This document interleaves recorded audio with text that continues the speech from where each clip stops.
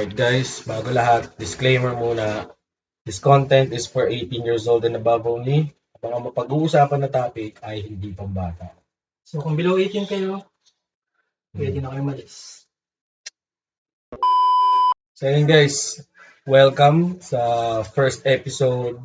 Kami ang Monkey Business. Ako si Prinsipe Zarbus.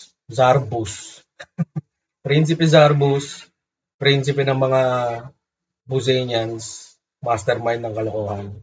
At ako naman si Silent Shade, the shot guy. Well, in layman's terms, ako ang tanggera. Yun. So, chill lang kayo dyan, enjoy lang kayo. Mag-enjoy lang din kami. Hindi kung paano ba tumatakbo ang isang inuman sa typical na session. Kwentuhan, banding. Cheers muna, cheers. Cheers, syempre. Yun. Name of the game.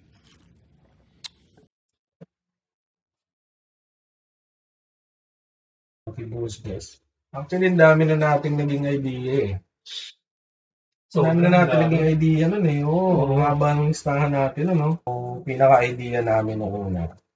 Yung pinaka-bumentang idea sa amin. Yung Buzania.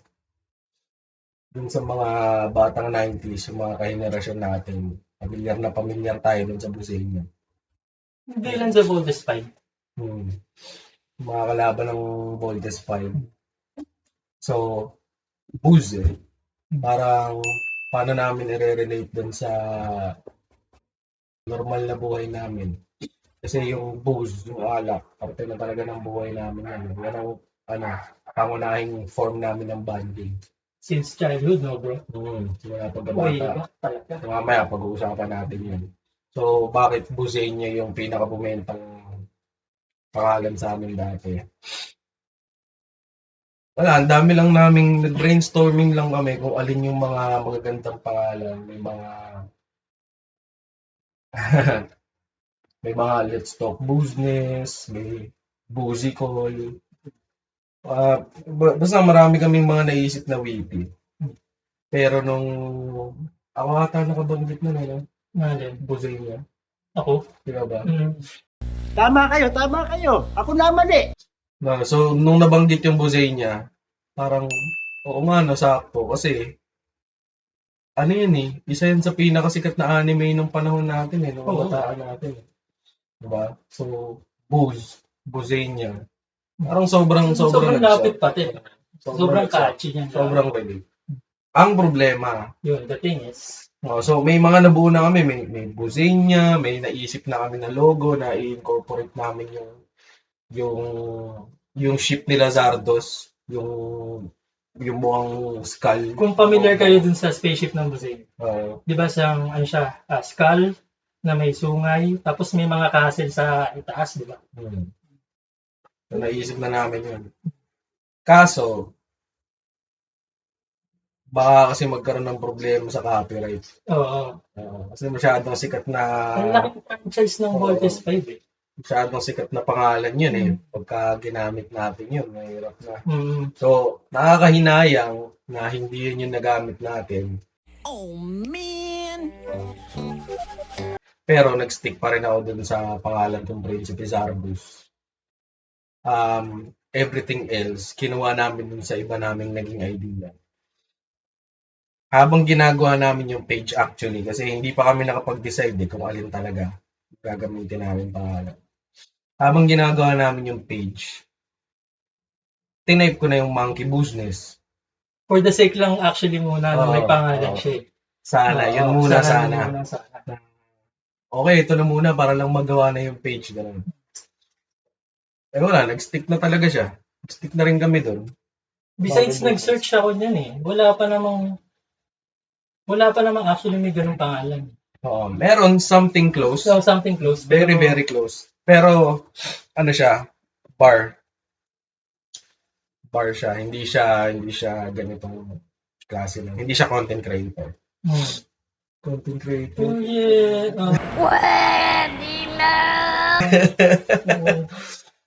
So, ayun. Monkey Business. Parang, okay lang naman kasi, para namang tayo nag-uungguyan lang din naman dito eh. Tamang kwento. Minsan pag lasing na kayo, para din naman talaga tayong unggoy na eh. Yan naman talaga pati pag sinabi mong monkey business kasi, di ba? Parang shady, parang hindi seryoso. Ganyan. Oo. So, parang ganun lang din. Parang hindi naman natin siya masyadong seseryosohin. Actually, naisip namin to, ano lang naman to eh, parang outlet lang na gusto talaga namin mangyari dati pa. Tagal na namin naiisip na gumawa ng something na ganito. Wala lang kaming maisip na parang hindi pa namin siya nailapat in detail, hindi pa namin siya nataga sa bato, kumbaga. Kung alin yung pinaka gusto namin gawin.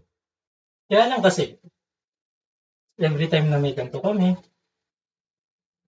laging may brainstorming, laging may ideas na nababanggit.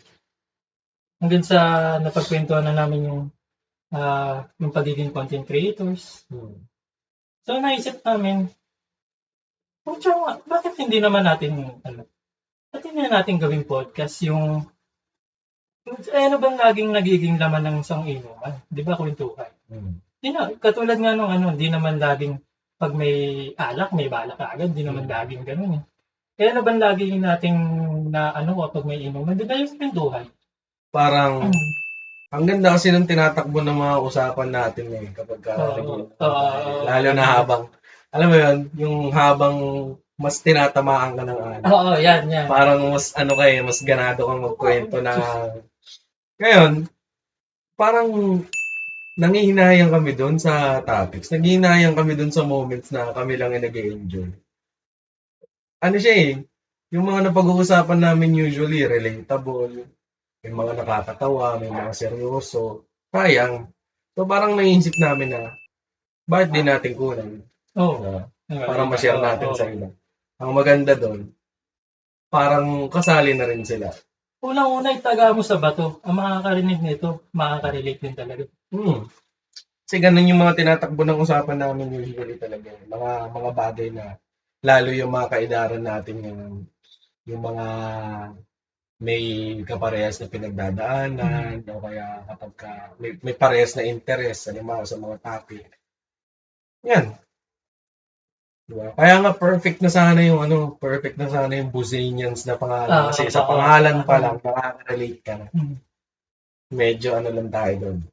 Medyo tagilid na. Kasi nga, posible. I mean, hindi pa naman natin siya problema, pero posible kasing maging problema siya, diba? So, parang hintayin pa ba natin yun? Siguro, kahit saan naman na siguro kayong papadayo, di ba? Inuman ng after work, mga katrabaho niya, mga classmate, mga nagdito, okasyon, ganyan. Malay mo, tayo lang talaga yan. Ayun, Kasi kami, pagka problemado ka, inom. Pag masaya ka, inom. Pag may dahilan ka para mag-celebrate, kahit ka kalate na bagay, parang Diyos ko po, maboring ka lang, bigla nagkakatiin na. Mga ganun. Alam mo, usap kayo sa tingin. Yung tipong, hapon na wala pa tayong ginagawa. Yung class. Alam mo naman na siguro eh. Ganyan kasi ganyan sa pamilya namin. Parang, kasi, ano to sa amin eh. Parang form of bonding sa pamilya namin. Na basta may okasyon, matik may alak yun. Pero hindi naman kami mga lasinggero. Pwede na! Talaga lang, mas masarap mag-celebrate kapag may alak. Kumbaga ba, kapag kakain ka ng karne, naghahanap ka ng soft drinks. Parang ganun din siya. Kapag masaya kami, kapag may okasyon sa pamilya namin, maghahanap ka talaga ng ano bang magandang inumin, di ba? Minsan nga, hindi mo na tinatanong kung anong iinumin eh. Iisipin mo na lang kagad. Ano bang masarap na pulutan? Ganun na nga lang usapan madalas eh. Kasi alam mo, na after nung usapan na yon, bibili na kayo mamaya ng alak. So, isipin mo na lang minsan, ano masarap pulutan? Pero speaking of alak, ano ba yung madalas naming iniinom kasi? Saan ba kami nagsimula? Yan. Tulad ngayon, actually, ang iniinom namin, alam niyo na yan, Wait. Yan. Pugis pa lang, alam mo na kung ano yan eh. Familiar, no? Ah, Familiar talaga yan. Dito sa alak na to kami nagsimula. Kung di ako nagkakamali, ito talaga pinakaunang alak na natikman natin. Bata. Yan yung mga iniinom ng mga matatanda sa atin eh. Oo. Mga magulang natin, ganyan. Pagka nagiinuman sila, yung mga ano lang, sa mga maliit na bote lang talaga. Hand carry lang na. Oo. Tapos ngayon, syempre, magdadatingan kami mga bata, no? Yeah. Dadatingan kami mga bata. Tapos, alam mo yung mga biroan ng mga tito na, inom na kayo dito. Ganyan, tagi na kayo. Siyempre, hindi pwede, maliit na bata. Pero, Grade schooler. wala pa ako. Ang angas mo ah. Hindi pa. Siguro, prep o pababa. Mga ganun pero. Tapos, gagawin nila papatikimin nila kami ng alak. Ikukutsarain nila. Yun. Natala ko pa yun. Kukutsarain nila yung alak tapos susubo Mga nila tito sa namin, akin. mga kasama nila. Hindi siya masarap. Hindi talaga kami nag-enjoy. Parang, Yung tipo napaisip Ano ko, naman yun may nagiinom niya. Oo. Bata.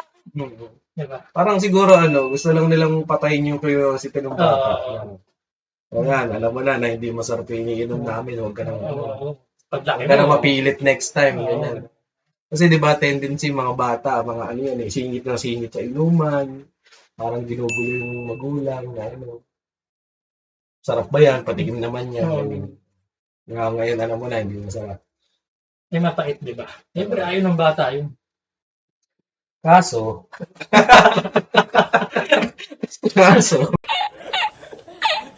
Cheers tayo doon.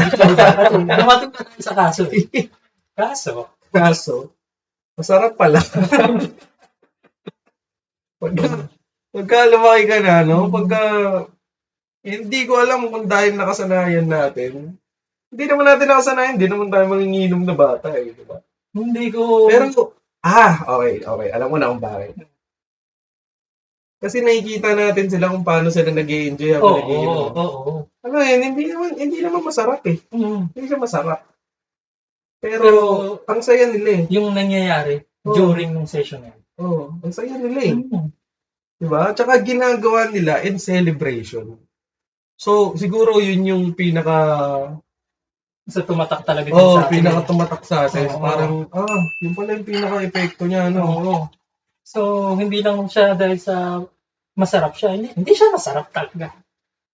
So, At this point, this point na masarap na siya. Pero noon, hindi mo sasabihin masarap pero kung gusto ng bata, matamis. Lagi yan, di ba? Soft drinks, juice. Yung mga gusto ng bata eh.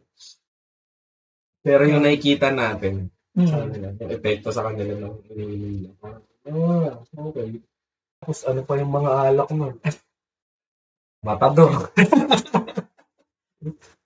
Kasi nasa edad na kami ng ayoko muna sana sabihin yung edad namin. Pero early 2000 kasi. Ubus na, Matador, man. Matador.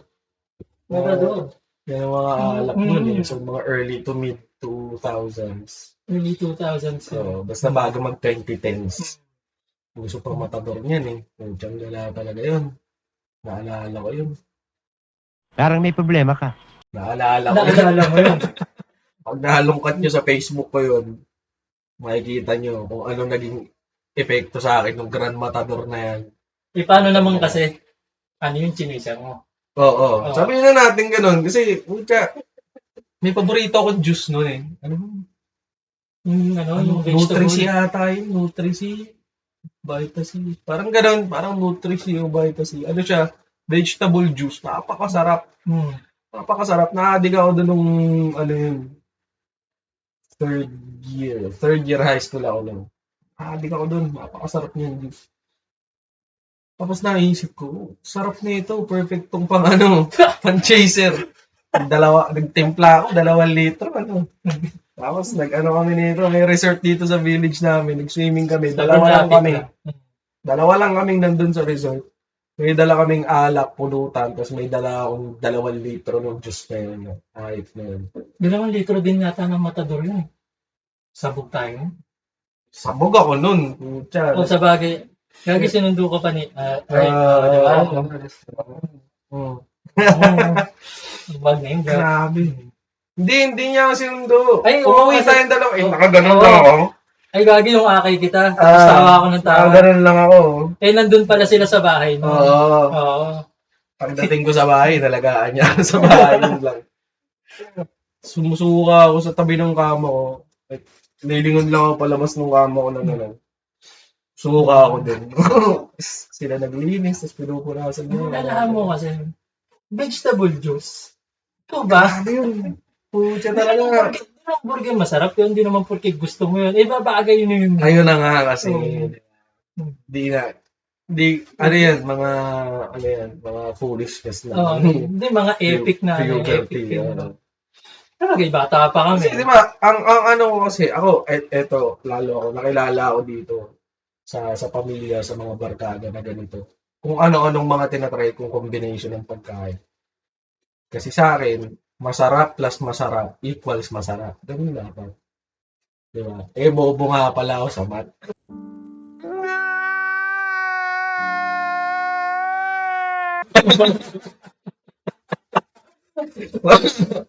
May pa-plus-plus ka pa. Sabi mo. Masarap to eh. Ano, sabi mo. Issue mo. Ang pinaka tumatak dito sa mga pinsan ko yung pandesal, tapos saging, siguro lakatan yun. Masarap. Masarap sa akin yun. Masarap yung pandesal. Masarap yung saging. saging. Masarap yung Masarap yung jokra jokra. na sweet and sour. Ah. Doesn't make... Ewan ko, sa akin masarap yun. Hindi, bahala ka. Masarap yun. Oo.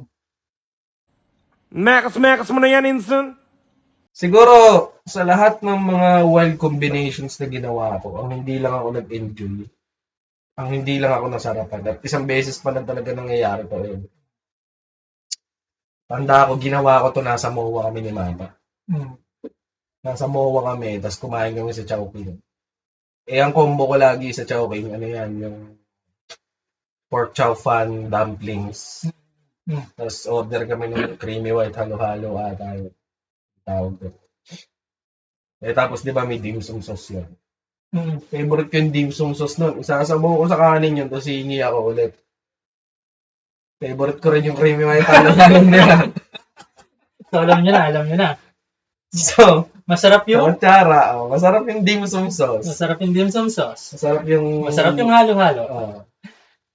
Tinagalo ko ngayon sa kutsara, tapos tinikman ko. Ang sama talaga. Susuka. Ikaw na yun. Ako na to. Ako na to. Ano-ano ng mga trinay kong combination, pero wala talaga.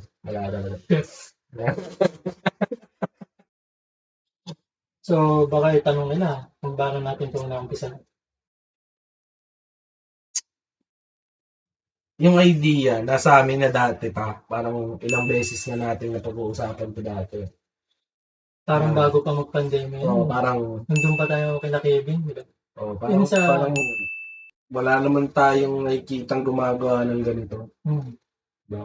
Siguro meron, pero hindi pa sila sikat na kasi mapapansin nung, alam mo yung lalabas sa feeds mo. Marami. Meron mga nagmimix ng alak, mga Oo, yun ang laging nakikita. mga nagmimix ng alak, mga nag-endorse ng alak. Ang point kasi nito, hindi yung alak. Yung conversation habang nag-inom. So, yun yung pinaka-idea namin. Yun yung pinaka-context ng content namin. Matagal na nasa isip namin yung idea, pero hindi namin alam kung paano ilalapat. Wala pa kaming platform, hindi pa nakalatag Wala idea talaga sa structure ganito. niya. Hindi pa talaga nakalatag. Ngayon, naisip namin na, bakit hindi alak? Kami na to eh. Oo, kami na to eh, di ba? Oo. Ano ba tayo, Oo. di ba? Ano bang ginagawa natin? Kasi, ang maganda niyan, pag meron kang niche, personally, gusto mo rin siya. Personally, into it ka rin talaga. Kasi hindi ka na maliligaw eh. Ngayon, with that in mind, nabuo namin tong idea nito. Dati pa namin gusto magganito eh, pero ano? Diba? Ano yung gagawin namin? Mas ginagawa namin to. Kasi, Masaya lang kami dito. ito namin Oh, eh. Ito na kami. Ito Oo. yung, ito kami. Kapag pag wala kaming pasok, Oo. ganyan. Tsaka relatable to. Kahit naman siguro kayo, pag nagiinom kayo, may mga kwentuhan kayong ganito eh. Gusto nating ipakita dito talaga kung ano yung nangyayari sa inuman. Yung maganda. Oo. Diba? Doon tayo sa maganda. Yun nga, yung sinasabi natin, hindi porke may alak, diba? Oo naman. Yun ang gusto namin ano sa inyo. Kasi alam ko makaka-relate kayo eh. Sino ba naman? Nangyayari to sa inyo eh. Oo. Na kapag nagiinom kayo, lalo pag kasama yung mga barkada nyo. Yung kwentuhan nyo, sobrang saya. Yung mga topics nyo, yung mga hindi nyo naman usually napag-uusapan. O kung napag-uusapan nyo man siya normally, mas sumasarap yung pag-uusap. Lalo yung mapagtatawanan. Diba? Mas nagiging juicy ba? Tsaka yung sinabi mo kanina, katulad ng biglang may matagal na kayong kasama na ay, matagal ka lang hindi nakasama. O kaya may aalis. Oo, ganyan. Yung flashback. Uy, dati Yeah. ito, di ba, ganyan. Magamusta na si ano, di ba dati, ganito, ganyan. Alam mo. Pag-uusapan nyo yung mga Oo. kabataan nyo, yung past nyo, mga ex nyo. Oo, ganyan. Pag-uusapan ba? Pag-uusapan nyo, na minimum hindi. So, yun yung talagang pinaka-purpose na itong podcast, ng ano na to. Yung trip namin. Yung trip namin. Pwede naman kayo magkwentuhan ng ganito. Pwede naman kayong tumambay na hindi nagiinuman. Okay lang. Diba? Hindi naman yung inuman yung pinopromote namin. Yung banding. Ang banding namin, mag-inom eh. Mas sumasaya yung banding namin kapag may alak eh. Lalo na pag may tama-tama na. Hindi naman namin sinasabi mag-inom kayo para masaya. Pero kami, masaya kami pag nag-iinom. Tuldo ka na natin. Yun lang. Mag-iinom kayo sa may inyo lang. Bahay-bahay na lang. Ngayon, nandun kami. Kasi nung kabataan namin, yung college days, early college days. High school, college days. Ano Perfect talaga? na nag-umpisa pa tayong mag-work. Gusto mo, nagbabar ka eh. Lalo nung nagkatrabaho na kami, may pera ka na. Nakakilala ka ng mga bagong tao dahil sa mga nagiging trabaho mo. Lalabas kayo. Magbabar kayo. Tapos, ano pa kami? Dancer pa kami.